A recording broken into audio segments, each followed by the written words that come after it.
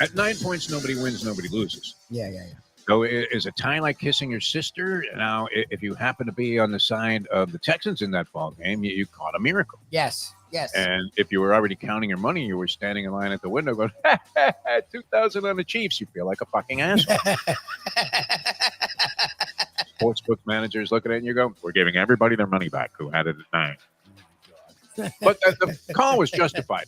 So you take all of the risk out of that play if you're Andy Reid. If you had it at 8.5, you're feeling pretty good. Chiefs, are they vulnerable? Maybe. Or are they getting such favorable officiating, Yes.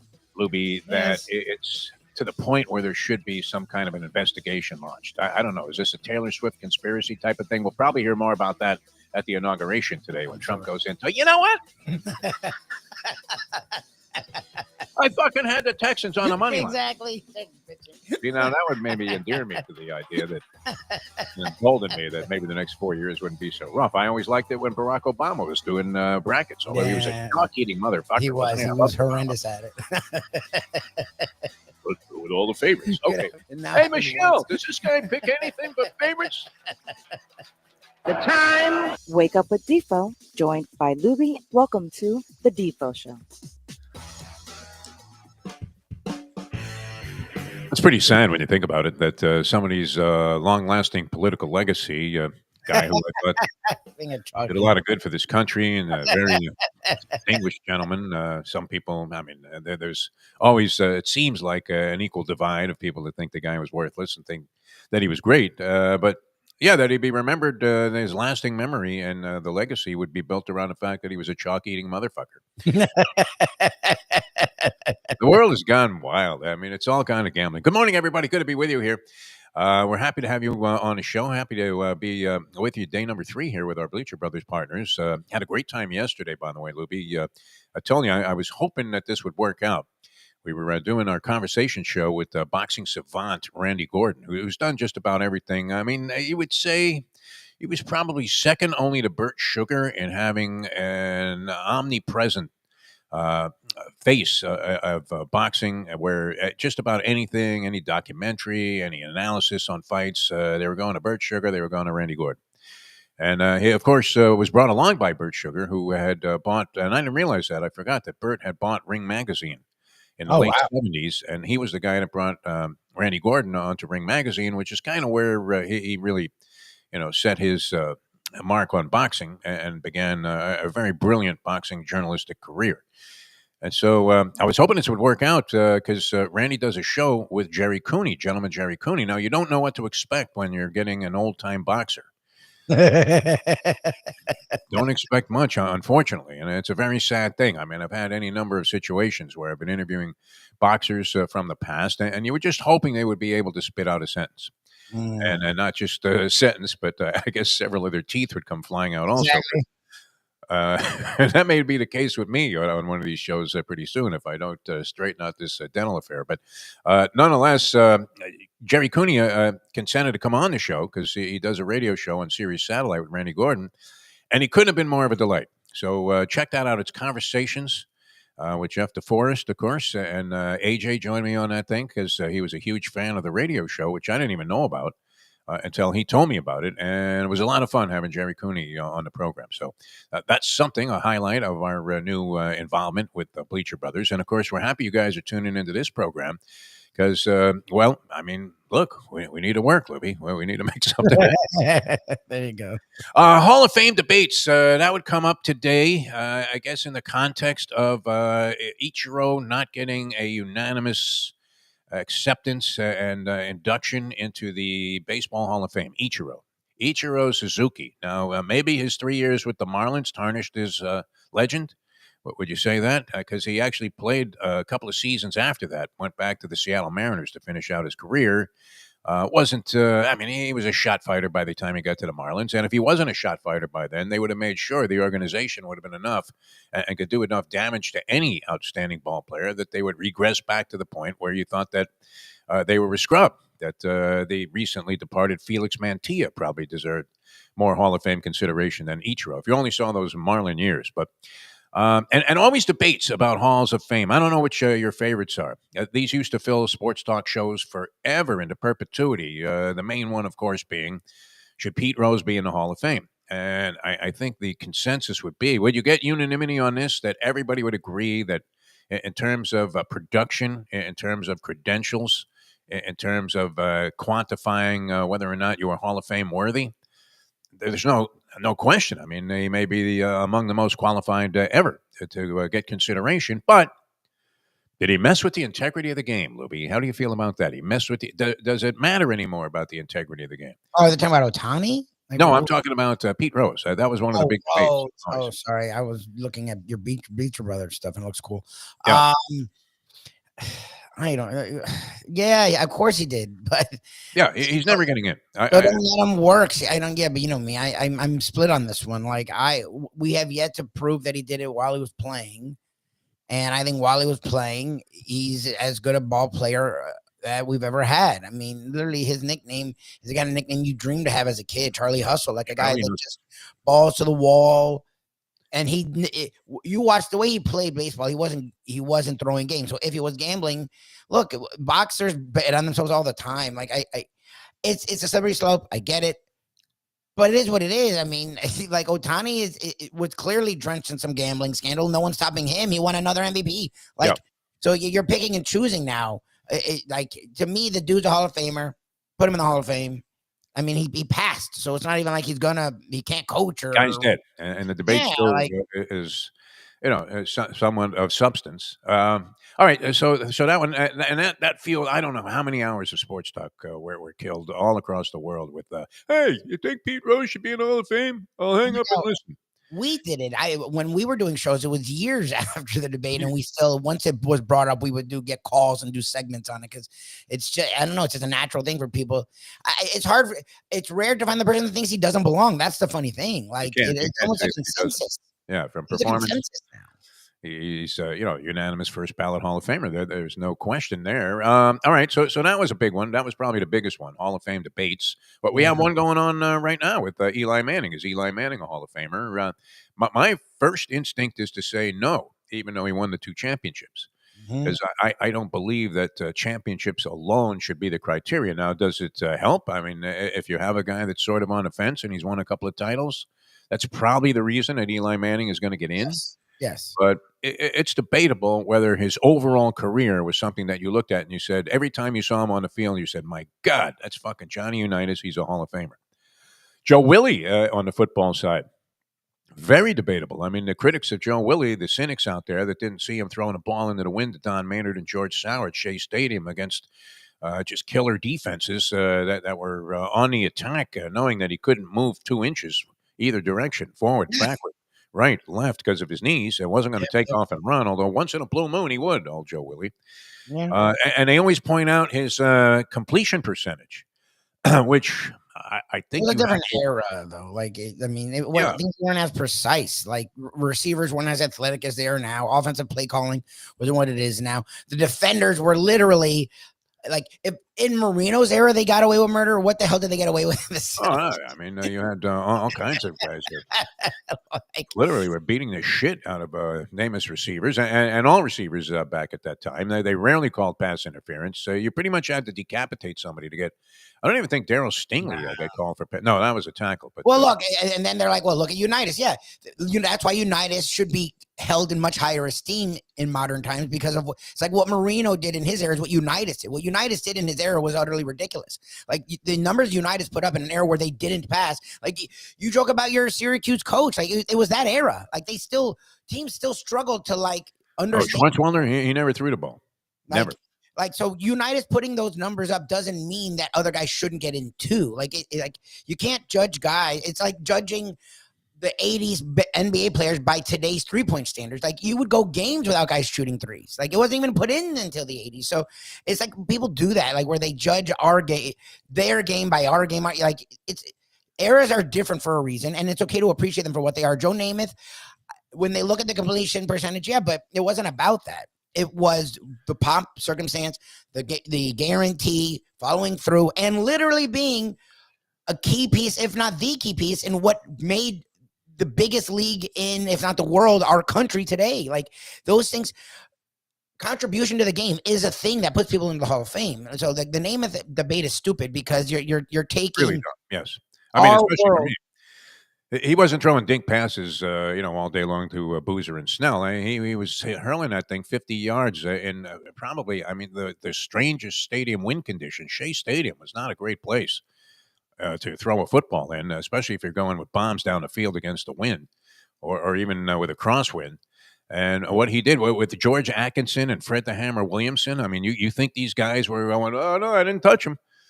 It literally was like put a knife in George Sauer's back as he was running a little square out before he had a chance to go up the field. That's the kind of stuff that was going on back then. It was Ben Dryth City. He's giving him the business. Yep. So, yeah, but I guess, when people look and they go, look at this. He had like 8,000 picks and threw for like 51% completion percentage. Hall of Famer. What are you kidding me? So that's debatable, but in my consideration, not even a question. But that's where I stand. I would put Pete Rose in the Hall of Fame. I would put it. I mean, I'm perfectly agreeable to Joe Namath. I think, like you said, I mean, just cementing the National Football League and having the merger come about because of his impossible to predict victory, a 17.5-point underdog in Super Bowl III. Shula never got over that. He went to his grave complaining. I can't believe he lost that fucking game. 347, whatever number of victories he had, and he had that one loss. So it was so embittered on his mind that he couldn't stand it. I mean, he absolutely couldn't. If you would bring that up, I remember interviewing him many times, Don Shula, and he sort of liked me. He was amenable to talking to me anytime, and seemed to have a favorable view of what I was doing and saying, and. You bring that up, and he just look at you and snap. Yeah. It was like, hey, how'd you lose Super Bowl III, Coach?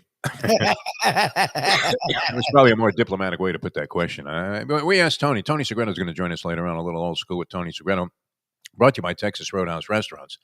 And I don't know. Tony had a nice way of dancing around that sort of stuff on those Don Shula shows that he was doing.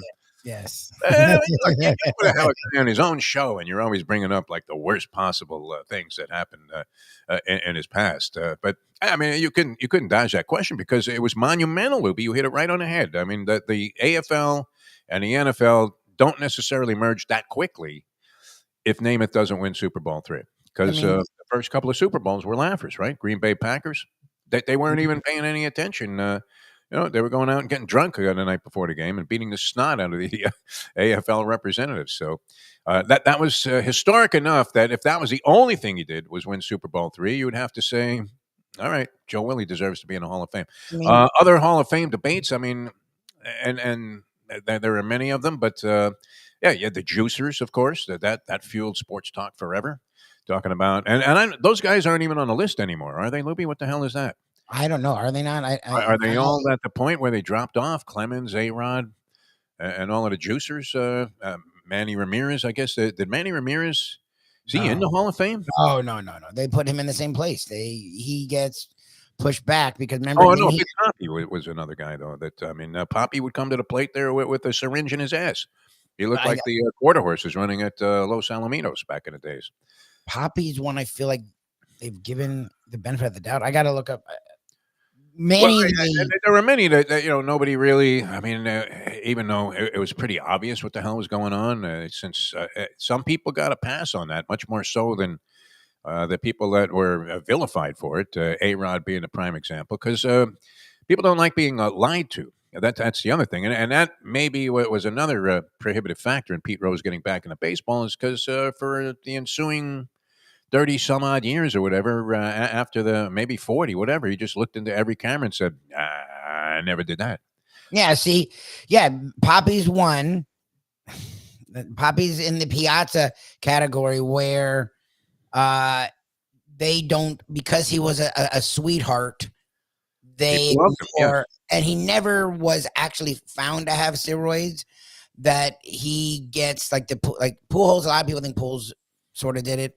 Like Poppy's in that, and Ken Griffey Jr., like because of the injuries, suddenly went to the Reds and he could never stay healthy. Like Poppy's in that group where they liked him as a person. He was sweet, and he helped the Red Sox turn the curse and all that crap. Yeah. And he was this smiley guy.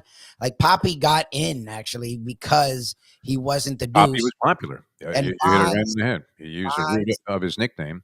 Clemens, and Yeah. then But I didn't see any of those guys on the list of people that were voted on for this year's entry into the Hall of Fame, which 3 guys made it. And I don't know that anybody would argue that they didn't deserve it. The debate comes up because there was one guy that didn't put Ichiro on his ballot, not even on the fucking ballot. So how do you do that? Of all of the voters, there's like 336 voters or something along those lines. I mean, the number's close in that area. And one guy didn't put Ichiro on his ballot at all. but why? Like, but they don't have a justification. Like, I don't. Remaining anonymous at this point. Now, somebody's going to dig up who the hell this is. Let's face it. Although they couldn't figure out who dropped a little packet of cocaine in the White House. So to this day, maybe this is a little bit harder to discern. I mean, who the actual culprit was. Although I guess you could poll everybody, and most people would say that, look, he got every vote but one. To be in the Hall of Fame, and deservedly so. I mean, when you look at the numbers, he was the second guy in history behind Fred Lynn did it in 1975 to be Rookie of the Year and MVP in the same season, Ichiro. And of course, he came to the major leagues after he was older, a somewhat lengthy career there in Japan. So a stellar career. Yep. So he's an older guy. He still amassed like over 3,000 hits, nearly 3,100 hits, 3,089, and was a great player, a good fielder as well. And it'd be because of the fact that he could have been more of an ambassador to the game in the United States, but certainly the link to Japan, incredible. And don't think that they're not cashing big dividends because Ichiro helped pave some of that passageway to get this money coming in from Japanese interests in Major League Baseball. And now look, the Dodgers may as well be the the Lions out there, so they could be a Japanese baseball team at this stage. But who leaves the guy off? I mean, come on, Lubie, is that just some wise guy? Why would you leave Ichiro off unless you wanted to somehow put yourself in the politically incorrect spotlight so that you could capitalize on it? There would be no logical reason unless he just like socked you in the face when you asked him a question. If you were a Baseball Writers of Association member with a Hall of Fame stature balloting, how do you leave that guy off? I mean, it's impossible. You're doing the thing where I know everyone's voting him in, and God forbid there's another unanimous, which is why look, remember Jeter was like Jeter, right? Not Mariano. Jeter wasn't unanimous either. So who was it? Wasn't someone the first unanimous? Was it Mariano? Wasn't someone recently the first unanimous or some shit? Could have been. And we were like, really? And they were good and they deserved to be in, but they weren't fucking Ruth and Sandy Koufax and like these guys that were like the great, like the unanimous thing bothers baseball. Baseball writers are fucking. But weird. I mean, how do you not lose your voting credential? Oh yeah, I mean Ichiro. When you like see Ichiro first time eligible for Hall of Fame stature, and a guy's got all of the qualifications in spades. And you don't even put him on the ballot. You got to be out of your mind. I mean, he wasn't necessarily 5-tool because he wasn't a home run hitter, but he was every other tool. He was a great hitter. He ran the bases fantastically, and he was a great fielder. And he had a fucking cannon. He was didn't like strike his arm since like fucking Clemente. Like his arm was fucking ridiculous. Like he was a dude that would throw it from the goddamn wall and get it to the plate. Like he did all of that. And just in America, like early on, they're like, well, do you combine the stats? But he played in America so long, he got 3,000 hits in America. Like he was so great in America alone that he belonged in the Hall of Fame. And then when you combine what he did in Japan and bring it to America, like. He's what I don't know. Just on his career in Major League Baseball alone, I mean, it's certain first ballot Hall of Famer. I mean, you have to average 200 hits, which is the benchmark for greatness. 200 hits in a season is a hell of an achievement, and you have to average 200 hits for 15 years to get to 3,000. So, whoever left him off there, I mean, I would imagine that'll pop up somewhere. Don't you think people are digging all over all of these sports entities, ESPN, and all of the insiders to try and figure out who is the schmuck that left Ichiro up his ballot? Also getting in CC Sabathia, which most people would say what was deserved. Everybody loved CC Sabathia. He was the fat guy is always a very endearing character. I mean, holy Sid Fernandez. What are we talking about here? CC Sabathia, though, had the credentials in terms of strikeouts and longevity in Major League Baseball. And was a great ambassador, still is for the New York Yankees. So he was going to receive favorable treatment, and he did.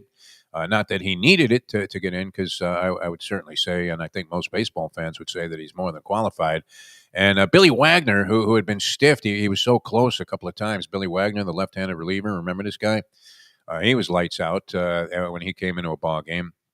had tremendous velocity and also a lot of stuff Wagner's weird. to go along with it. And so he gets in, and coming close but not making it was Carlos Beltran. What was Beltran marginalized a little bit by that incident Cheating. where he was like Mongo Santa Maria there Cheating. banging out drum beats? It was like Tito Puente Jr. is in that club. Well, and look, Beltran's career is weird because the interesting cases for the cheating with the Astros will be Altuve, right? Because he's been great his whole career. Beltran in his early days was a good player, but he wasn't elite. He became elite later. His Mets days, was it the Royals? The Astros, he became an elite player that if you look at the middle years, he was Hall of Fame worthy. But then there's the cheating, right? And he was a key figure in the cheating. Altuve was also a key figure in the cheating, but he's been great his whole career, literally great his whole career. He's now won multiple championships. I'm curious if they do the Poppy thing without, remember, he's little, he's fun, he smiles. Beltran's sort of a douchey kind of a guy too, a little. I bet you Altuve gets Poppy treatment where Beltran will get Manny treatment. No, he came close though. I mean, he was within a small number of votes, so maybe 15 or so. Yeah, I mean, getting in. So, and that happened with Billy Wagner. I think Billy Wagner's been on the ballot a few times and come really, really close. It was you have to get 75% of the votes. And then he would have 69, 71.1. And then finally he managed to cross the threshold. And some of that could be because I didn't see any of the juicers' names on the list. Has it been, I guess it has been much more than 10 years, right? Clemens, A-Rod, and all of those cats. Bonds and Clemens Bonds out of the game, more than 10 years, Libby. It seems like just yesterday we were watching Barry Bonds with a head, as was posted by one of our people on the comment line, the size of a watermelon. And I guess that was in reference to Big Pappy. But could you formulate a reasonable conclusion that there was something up there, something of Bonds used roids. He almost has not denied it, but again, it wasn't in the era where it was illegal. He never failed at any of the tests legally. Failed. How did he pass all those tests? Was that just a cream and no? Remember, he wasn't in the era when they did the tests, and then he was in the if he failed, it was the way Poppy failed tests, but it was the ones that remember that fucking Mitchell report that whatever was in that report wasn't supposed to be held against them. So if a guy's name was leaked from that report as failing when they were doing the early tests that weren't official, they weren't supposed to be held against them. Now, some of them it was held against them because they didn't like them as humans. Bonds was one that falls in that category where they just didn't like. But look, Bonds was a Hall of Famer. I mean, come on. And Clemens is a Hall of Famer. And Sosa and McGuire are the ones that are weird because it's Royds was such a big part of their success. Well, McGuire wasn't always, he wasn't anywhere near that level in the beginning of his career. He was a home run hitter. He would hit 212. Yes. And he didn't put up numbers that were in the outer stratosphere there. And that's the same thing for Sosa. Started doing Sosa was and then he found roids. Sosa, yeah. Sosa was traded by George Bush Jr. My God. Yes. Jr. just traded him. That alone would disqualify you from being a presidential candidate, would it not? Well, not in today's era. It doesn't matter. What credentials you have or don't have. You could have a rap sheet and still become president of the United States. So that'll probably be fueling some sports talk today. Who was the fuckhead that left Ichiro off of this Hall of Fame belt? My friends were like, Ichiro just got in now? They're like, what? I'm like, remember he was on the Marlins? He was on the Marlins in 2016 or something like that. 3 years, I think, 3 different seasons, and then he went back to Seattle and actually was there for a couple of years. I didn't even realize that part. So it was not a lot of any consequence there, but nonetheless, he was on their roster for a couple of seasons, as they probably just had him handing out bobbleheads at Gate C, and that was all they needed to prompt people to come to the ballpark so they could get a glimpse and maybe a picture with Ichiro. But that was yesterday's novelty. That Ichiro, by one vote, did not become a unanimous Hall of Famer. And maybe but who decides who's going to be the schmuck, Lubie? That leaves him out. If they were just trying to prevent unanimous entry into the Hall of Fame from taking place, is that some kind of conspiracy that's cooked up among the baseball fans in America? I can't imagine you could get all these guys to agree on anything. I think it's what you said and Andy said. It's the guy that wants attention. There's always someone that wants fucking attention. And as anonymous as it is, they don't mind when their name gets called out because they want to be in national media. Yeah. mean, people love that shit. I think Levitard did that one year. Dan Levitard, where he had a vote for the Baseball Hall of Fame. And Well, he gave it up. He gave it up. yeah, but he like would have left off Mickey Mantle as an example. When he became eligible, just to be a contrarian. All right, many things happening. We're getting closer to the conference playoffs here. Where wow, I'm what chance do you really give the Commanders in this equation, Lubie? I mean, they're the longest of prices, and any proposition bet that you make involving the Commanders winning it all. Now, I'd give them a shot against Philadelphia. Maybe I'm missing something about the Philadelphia Eagles. Am I wrong about the Eagles? Are they not vulnerable? Yeah. It's less about the Eagles to me than it is about the Commanders. Look, people did this. They're doing the Stroud. Remember last year, Stroud. Look at this kid, the greatest thing we've ever seen. He's already a top 5 quarterback. Remember Jordan Love, the greatest thing we've seen, a top 5 quarterback. Where were they this year? Again, these rookies are more prepared than rookies in the past. So they're coming on the scene more ready. So when you compare them to past rookies, they shine better. But it is still year one, and we've heard about this in baseball, right? Your first 2 times up, it's the first time the pitcher's seeing you. The third and fourth time, suddenly the pitcher starts to catch up, right? The more film teams have, the better they defend you. Jaden Daniels is still sort of a new thing, and he's a good player. I'm not even trying to hate on him. Just like I think Stroud is. I just think people get so far ahead of themselves. They're prisoner of the moment so much. Then they have their comeuppance moment, right? Like last year, Stroud did it until he didn't. And I feel like the Eagles defense, the weather, I'm sure, is not going to be pretty. Look how fucking cold it is. Like there's no way. Oh my God. I mean, it's snowing in Pensacola. Oh, it's snowed over in Pensacola. Like it's not even the Tallahassee shit Mayo was bitching about. It's like, looks like goddamn Boston or Minnesota in Pensacola. So you can't tell me the weather's not going to be an issue in Philly. They have a good defense. They have a great run game. They have a coach that even though they hate him, he knows how to win games late in the year. And we know Quinn knows how to lose games late in the year, that it feels like it's the perfect storm, pun intended, not intended or whatever, that they're going to slow the game down. They're going to keep the ball out of the Commanders' hands, keep it out of Daniel's hands. And it just feels like the Eagles, I don't know if they're going to kick their ass, but I think it's going to be, to me, like what the Chiefs, like people look at the Chiefs game, oh my God, it was so close, those calls. I think even if those calls didn't happen, the Chiefs would have found a way to win and would have won by double digits. The Chiefs are, again, in that Warriors place, and the Eagles are sort of there too, where this is now 3 years in a row that they're flirting with the Super Bowl. Once you get to that place, you sort of just do enough to get people by. Focus in on the, and this is interesting because, of course, it has a Dolphin storyline to it. But people zero in on the offense, and they're looking to see if Jalen Hurts is as good as he was a couple of years ago. That doesn't seem to be the case, although he comes up with a player or two here and there that's a big difference maker, like the touchdown he had to start out the previous ball game against, what was that, the Rams? Yeah, the Rams. Yes. And they look at Saquon Barkley, an unbelievable season, one of the great seasons by any running back ever in the history of football. People, looking at Eric Dickerson as being interviewed all the time. Hey, you want him to break your record? Well, I don't know. But I mean, they forget this Vic Fangio has done something with their defense. And remember when remember when Jalen Carter fell into their lap? Yes.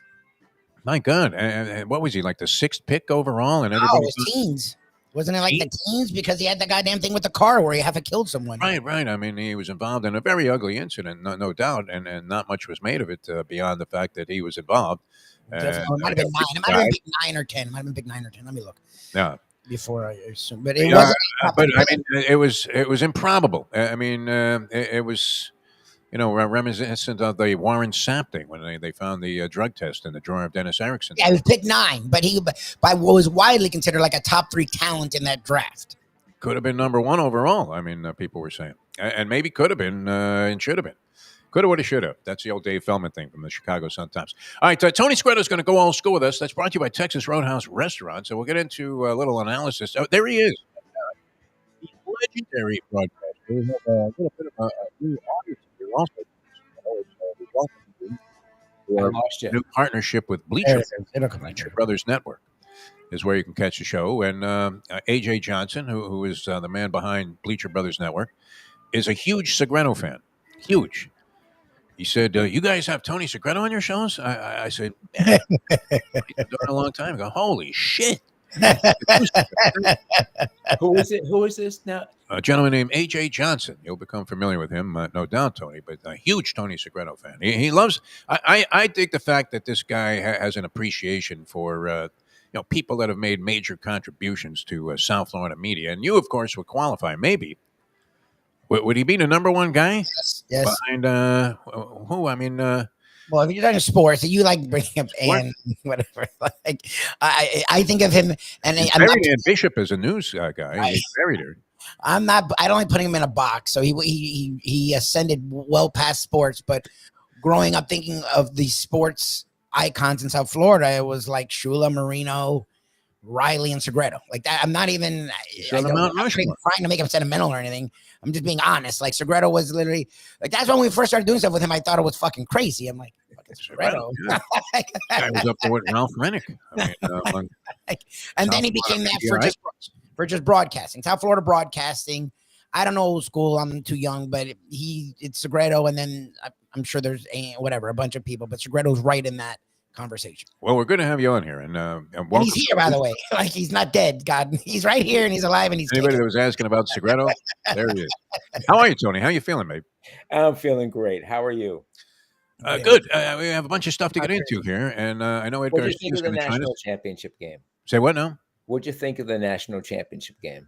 I enjoyed it. I thought it was fun. And, of course, it came down to maniacal, absolutely mashugana calculations, trying to figure out how many seconds are in 2 minutes. And if they stop the clock at the 2-minute warning after running a play, we've got 3 downs left to contend with. And is it possible that Ryan Day would be in a position where it sort of was necessary for him to kick the field goal and add 3 points, just then pushing the -9 I was laying there with Ohio State over the number. I've never been on my knees praying and counting time. We were talking about it yesterday. I mean, mathematical permutations. Renee Descartes couldn't have figured this out. I'm like, wait a minute. If they take 28 seconds off here and then it's going to be 58 left. I got my son and his Notre Dame buddies tickets to the game. Oh, wow. And they went to the game in Atlanta. My son lives in Atlanta. And all his buddies flew in. Oh, nice. And they had a ball. And you know what? They took the right perspective in this whole thing. You know, Ohio State was expected to win. They're loaded. They got NFL players all over the place. Yeah. But Notre Dame kept them in the game and kept Riley Leonard, for all his efficiencies, he kept them in the game. So be it. Ohio State had a little bit of a tendency to do that also. Yep. They left Texas in a game. They were about to bury Texas. Yep. They ran away and hid from Oregon, and then all of a sudden, you had maybe even a remote shot of a comeback. So that was part of their MO. I thought. I like Riley Leonard. I tell you that. There's a lot of heart. The kid has a lot of heart. Quarterback. I don't think so. I mean, what was weird to me is how on that opening drive that Ohio State, how unprepared were they to allow Riley Leonard to carry the ball like 10 times on that drive, right up the middle. Nothing. I mean, nothing. He was gassed. Did you see him? Yeah, right. He carried the ball more than Ricky Williams did under Dave Blunt. He just ran it up the middle. He's running for his life. It was Ben Gazzara time with some of those Ohio State pressures that they had on him when nothing was happening. No, very entertaining. It became very entertaining, and naturally, if you have a few dollars on the game, your involvement goes up exponentially, and it became really a math equation for me at the end of that ball game, because you're thinking the only salvation would be if they have to kick and then it was improbable they were going to go for the field goal, because you're thinking on the third down play, maybe they go for 15 yards, they get the first down, the game's essentially over anyway. But they end up with that bomb, and you're sitting there going, I leaped off the bed. I literally did, Tony. When that guy caught that at the 10. You leaped off the bed? Leaped off like I was levitated off the bed. I was like, holy shit, it's a miracle, God. Thank you. Second only to the birth of my son. I look forward to these half hours because I laugh my butt off. It's good to have you. All right, we're going to take a quick break. We're going to come back. Speaking of college football, Ed Garcia, Texas Roadhouse Restaurants. Not only does he run like a magnificent operation and have his hand in virtually every place that's here on the southeastern seaboard, but an astute college football observer. So we'll get into that. And then I don't know if you want to drop into this Hall of Fame debate at all. That's not really much of a debate. But who was the schmuck that left Ichiro off his ballot? What? Immediately have all his credentials revoked by Rob Manfred. That guy should be thrown off the the voters committee. What possible justification could there be unless it was Marco Rubio who didn't vote at all?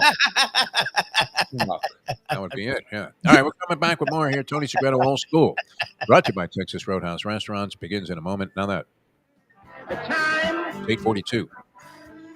Hey, folks, Tony Segreto here. Let me ask you a question. What do you look for when you go out to eat? Good food, obviously, friendly atmosphere, not too loud, but good energy, reasonable prices, and a place where you feel comfortable. All those ingredients, no pun meant there, are hard to find unless you're talking about the Texas Roadhouse. You see, they encompass all of those attributes. Really, really good food, amazing atmosphere, good for a family, good for a date, or just a night out for yourself, and prices that will make you extremely happy. Their ribs unmatched. Steaks hand cut every day. Everything, and I mean everything, is made on site, including their incredible bread. It's the one day, folks, that you can forget about low-carb diets. Trust me when I tell you, Texas Roadhouse, your restaurant, your destination when you say, where should we go and eat tonight? From the newly renovated sports bar to the beautiful bayside views captured at the Tiki Bar, Jimmy Johnson's Big Chill has it all. Located at mile marker 104, the Big Chill also offers waterfront dining while experiencing breathtaking sunset views of the Florida Keys. It's simply the hottest spot in the Keys to cool off. That's Jimmy Johnson's Big Chill at mile marker 104 in Key Largo. For more information, call today at 305-4. What we gonna do right here is go back, way back into time. You are now kicking it old school with the one and only Tony Segreto. Brought to you by Texas Roadhouse. All right, welcome back to the show. Trying to connect with Ed Garcia of Texas Roadhouse Restaurants, but having a little bit of difficulty here. He's in some hotel that said Wi-Fi, right there on the side. Is that still a perk to maybe stop at some hotel in Loxahatchee? Yeah, we got Wi-Fi here. Don't you believe it's snowing in Florida? What did you think about that? Were you here? It was what, the early 70s? Yes. Were you here when it snowed in Miami? Yeah, but it doesn't stick. Okay. It's why? Because it was 85 degrees the day before. Exactly. They're gone for sure. Exactly. It's not. It's incongruous to see snow on the ground and then there'll be water. Yeah, no doubt about it. It just doesn't fit.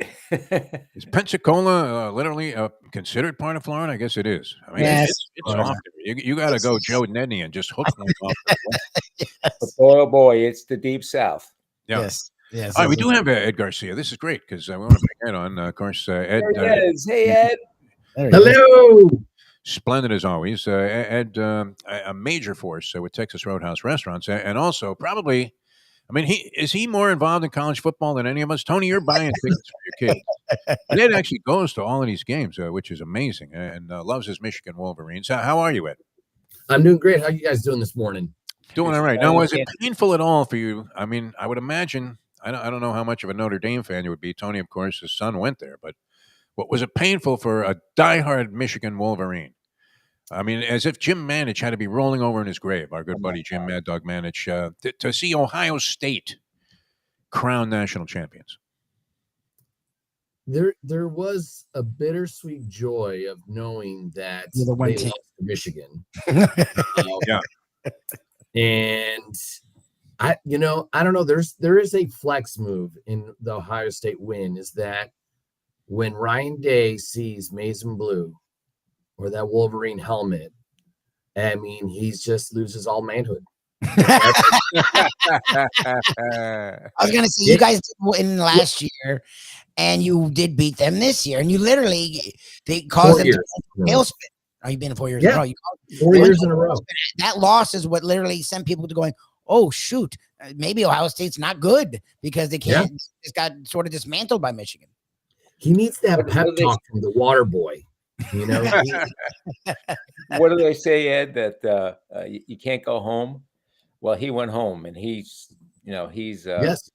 He felt good about it.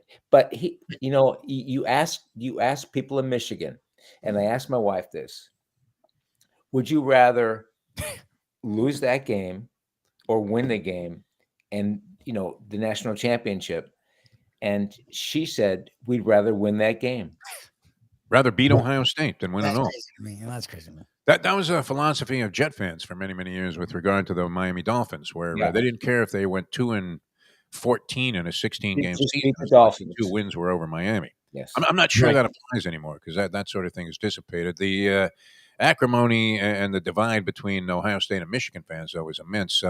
Do you think Ed Garcia? Because immediately, of course, there was a little sniff about maybe Marcus Freeman going to the pros and interviewing for the Bears job. I don't know if anything came of that. I'm obviously not, since they hired a guy already. Yeah, Johnson, but that Ryan Day would become a pro coach, possibly. That he doesn't come back and ends up getting one of these available pro jobs.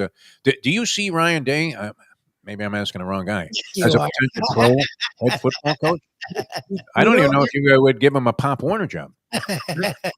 There was a lot of speculation. Now, granted, a lot of my media is tilted towards Michigan. It's just that kind of what you just talked about is he does not beating Michigan. They have the national championship, but there's an asterisk there. He cannot beat Michigan. And that really leaves a sour taste in the town of Columbus. I mean, so there was a rumor before all these, pro coaching jobs opened up that he may move to the SEC and try his luck there. Now, granted, I mean, I feel like the SEC players are scattering like cockroaches right now. They're going everywhere but the SEC. I mean, Alabama, Georgia's losing players left and right in the portal.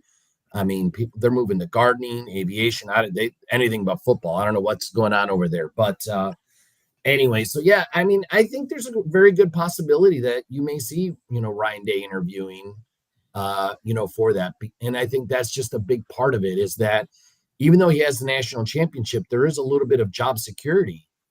But the boosters at the end of the day, they don't want to face someone wearing maize and blue and having smug look.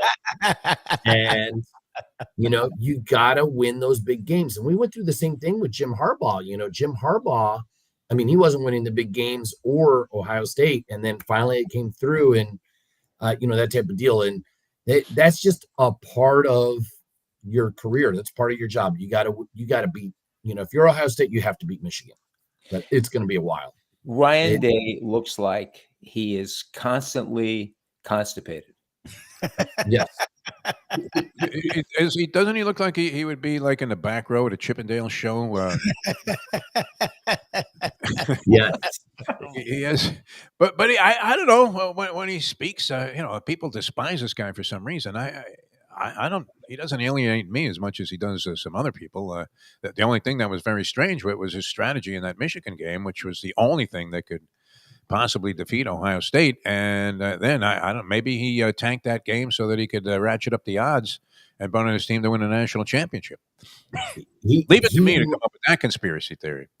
Yeah, he let his head get into the game, and he wanted to flex and show how big and how awesome his team was, and he wanted to run the football on Michigan when he had two of the best wide receivers in all of college ball.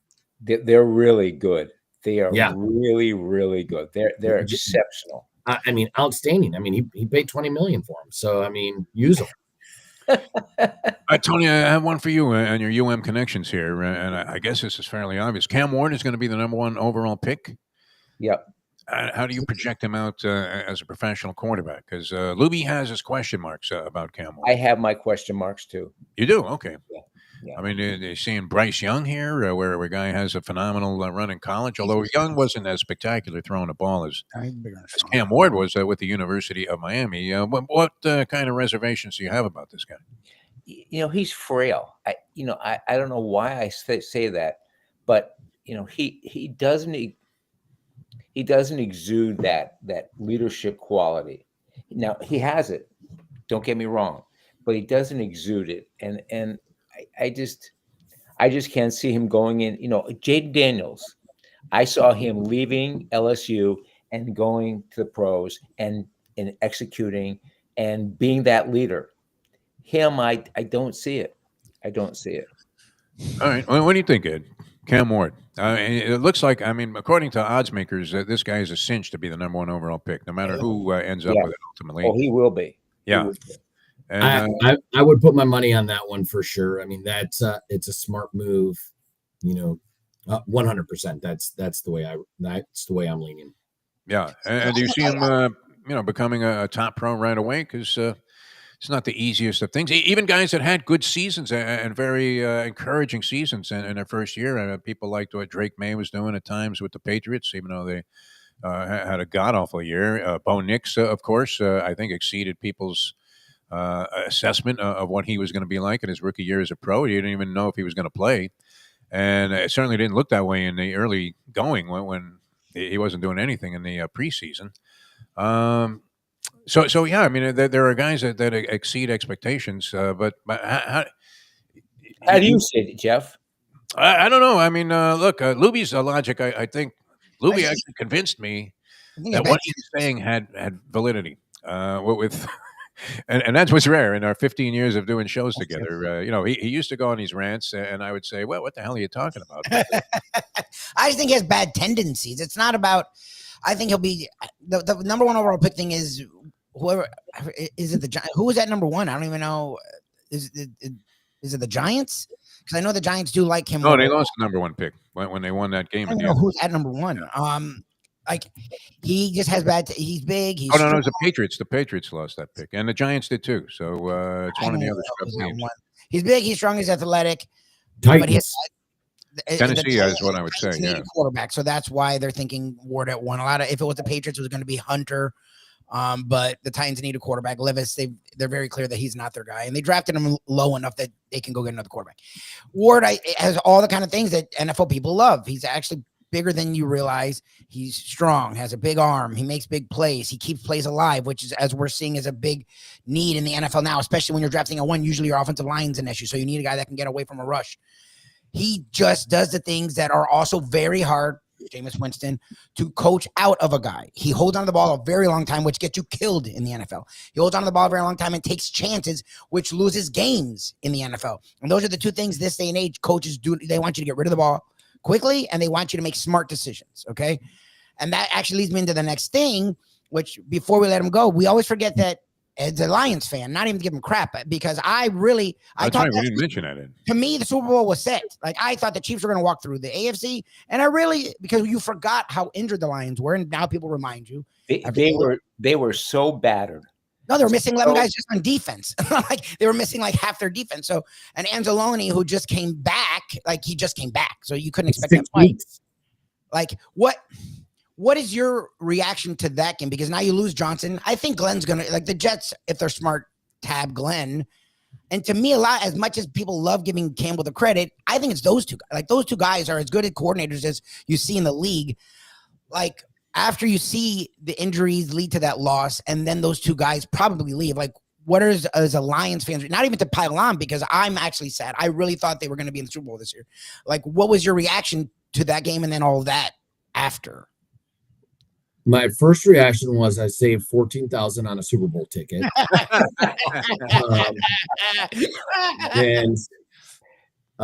And that would have been times 2, because my wife was looking at me with puppy dog eyes, because she Reynolds might have had to ante up has also. never been to one. But I would have got them for you, Ed.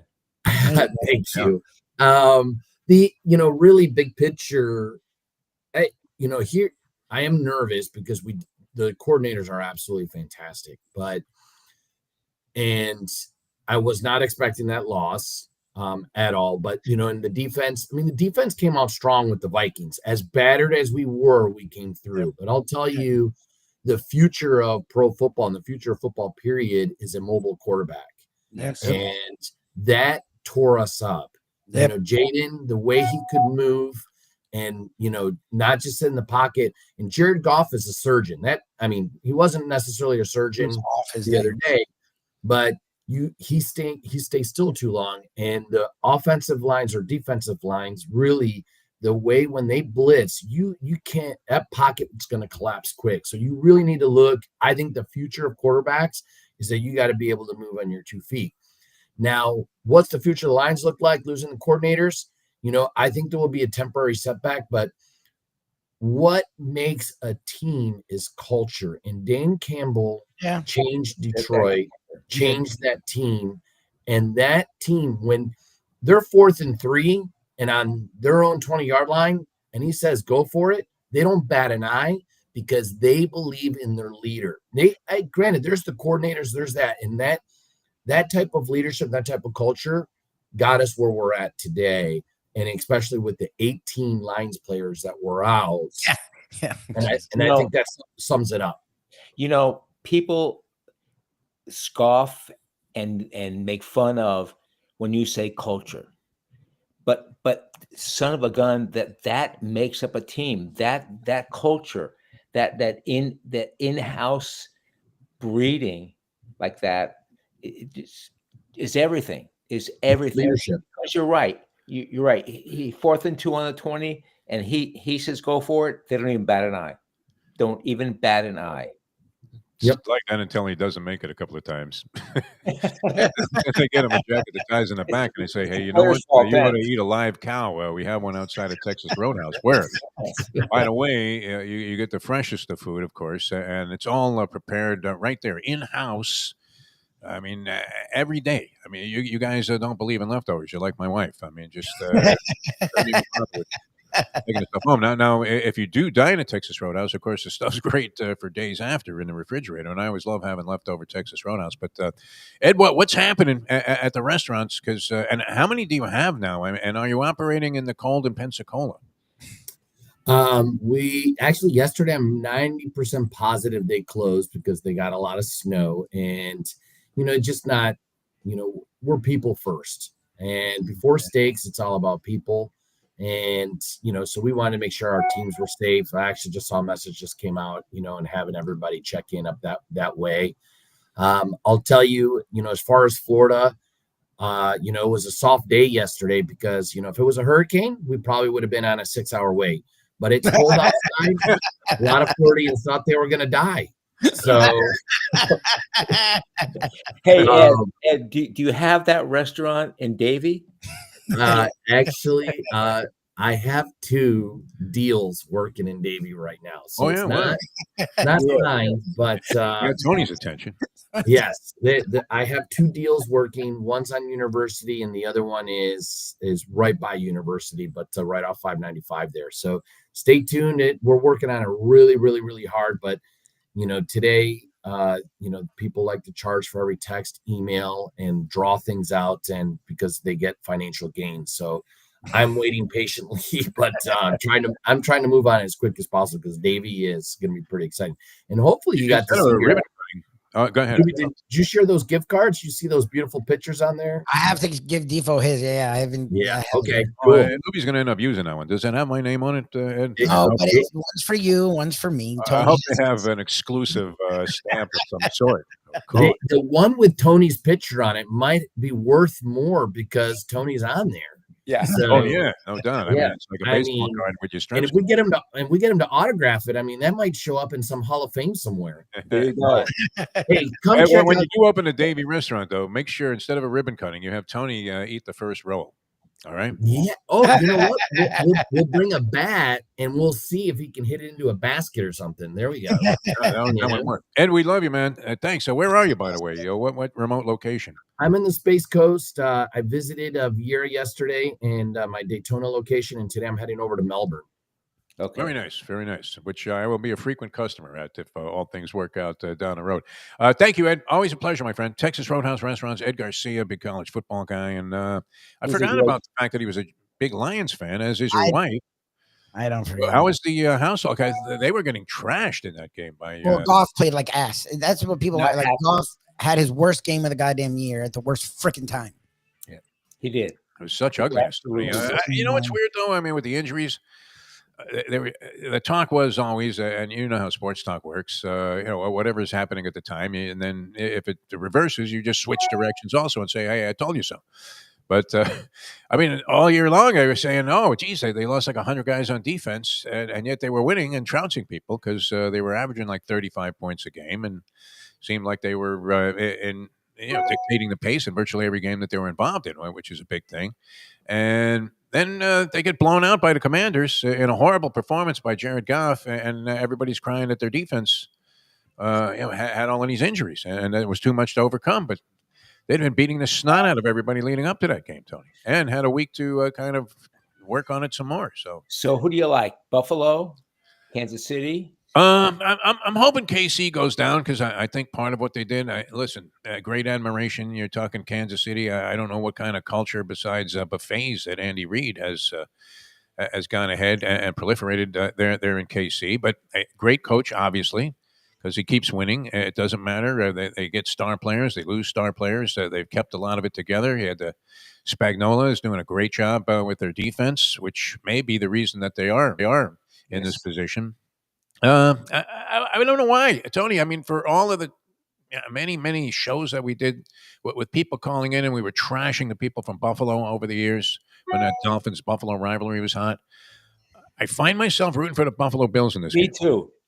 I'm glad you said that. And I think obviously they're in there with a chance. I mean, it's like a 2-point line, and if they play well in that ball game and get some breaks, then I think. Yeah, more than a legitimate shot to go to the Super Bowl. I think it'll be Buffalo and Washington. Wow. I mean, I don't know if I see an outright win for Washington, but I would be tempted in both games to take the points, which means you should run and go the other way, Tony. Both of those games. Tony, we love you, man. Thanks so much for stopping by. Friday. Oh, good. All right. Yeah, come out. Segreto out there at Gulfstream Park if you want to catch a Tony Segreto appearance. Although he's got the philosophy of that show down. He just puts his head down and eats. Which is, it's a good way to do a broadcast. All right. We will see you guys tomorrow right here. Thanks to Tony Segreto. We're at Garcia, Texas Roadhouse Restaurants. Great place, by the way. We can't say enough good things about them. Been with us a long time. And it is weird because we often tease Ed Garcia. He runs about, 12 restaurants on the eastern seaboard here, southeastern seaboard, Lubie. He's all over the place and very well entrenched in the company's hierarchy, but hustling and always doing a great job. But the prices are almost primitive compared to what you see. I mean, somebody was saying, "Wow, can you believe that? The lowest steak on the menu was $68." And I'm thinking, is that not somewhat common in restaurants today, steakhouses? And here you can get like a beautiful bone-in ribeye for $32, and it comes with a couple of sides and a salad. That's unbelievable. Almost like diner prices back in the day at Texas Roadhouse restaurants. All right, so swing by there and have yourself a great meal. Great for families, of course, too. The kids all love it. And something literally for everybody, including, and I don't know if Tony's just faking, because I think he probably eats, 1,000 pounds of beef, over the course of a year. But whenever we're with him, he always has the salmon. What is that, Tony? Is that just, Lubie? I don't know. He tries to eat healthy. Don't ask me. Salmon. I'm okay with him, but I wouldn't get it at Texas Roadhouse. And again, they do a nice job with it. My wife likes it, but I wouldn't. A pink fish? It's Roadhouse. They have, they just have a lot. No, they do a great job. Known for their meat. I wouldn't waste it. All right. We will see you guys tomorrow right here on Bleacher Brothers and all of our other platforms. Thanks so much for being with us. For Mike Lubie Lubitz, I'm Jeff DeForest. We'll see you next time as we leave you now that. The time. Oh, and catch that Conversations. I think you'll enjoy. Jerry Cooney, he was great yesterday. He really was. It was a delight having him on the show. It was a lot of fun. So that's up on Bleacher Brothers right now. Conversations with Jeff DeForest. So thanks so much for tuning in, and see you next time. It is 9:06. Let's go to eat a damn snack. Look what they done to my show.